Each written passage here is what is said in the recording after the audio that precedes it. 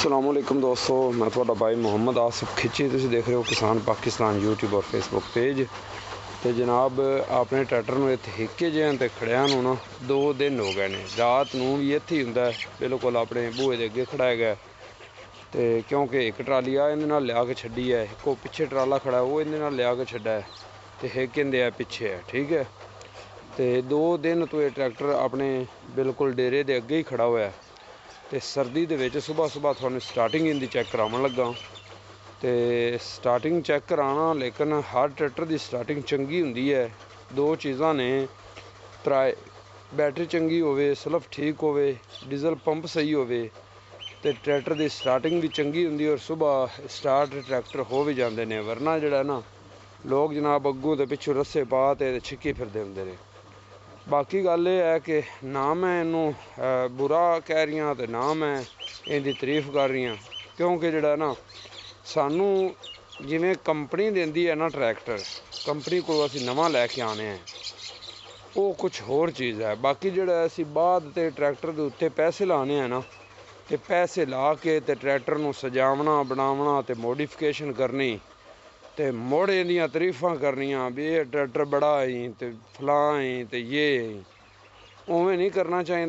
असी कंपनी को मंग करने हैं कि सानू असी पैसे भरने हैं, सानू नवां ट्रैक्टर देंदे हो तो उनके कुछ पल्ले होना चाहिए। ठीक है, ये नहीं कि ट्रैक्टर कंपनी को नवां लै आइए तो मुड़ जनाब उनके उत्ते कोई 2-3 लाख रुपया लाइए तो उनकी मोडिफिकेशन करिए, तो उनके जनाब अगला पार्ट सारा ला के तो पार्ट्स तब्दील कर दईए, हिस्से तब्दील कर दिते, पंप तब्दील कर दिते, तो सारी मोडिफिकेशन करके तो मुड़ हट के असी कंपनी की बल्ले बल्ले करिए भी मियाँ कंपनी ने ट्रैक्टर तो बनाया है ना।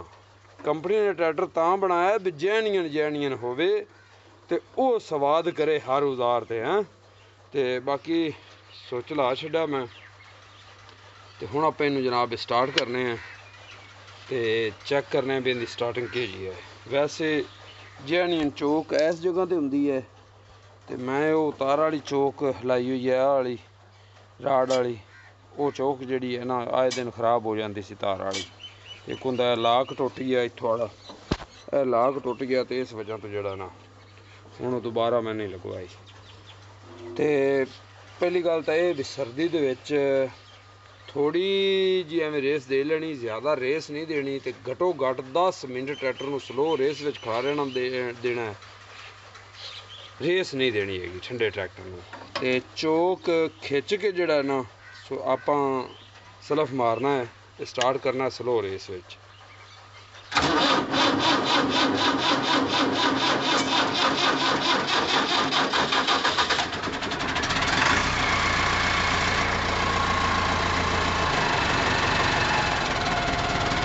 हो जी,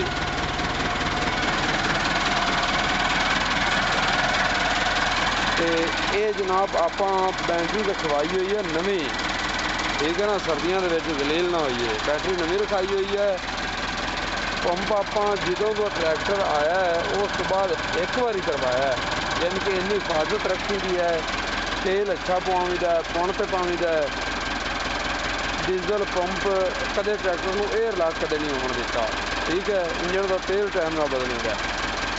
तो स्टार्टिंग तुसीं दसना भी तैयारी है कि नहीं है। हुण ये नहीं हो सकता कि मैं एक टापा जिहड़ा स्टील का बनवा के लाया है, ठीक है, इस वाला मैं सलफ वाला जिहड़ा हिस्सा है बनवा रही हूँ, स्टील का बन के आया भी है, वो भी लावना है। तो यह चीज़ जिहड़ी है ये मैं खुद आप लाई है। ये चीज़ां सारियां ला के रद्दो बदल करके पहले कंपनी नहीं देंदी सी, हुण शायद दे रही है टापा, ये भी मैं खुद आप लाया है। तो ये चीज़ां ला के आदे कोलों तो इन्हूं कुछ बेहतर करके तो मैं कंपनी की बल्ले बल्ले किवें कर सकना। यह जाली भी मैं लाई है।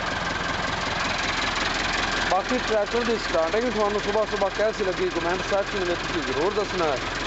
तो इंशाअल्लाह मिलसां जनाब अगली वीडियो नाल। अल्लाह हाफिज़।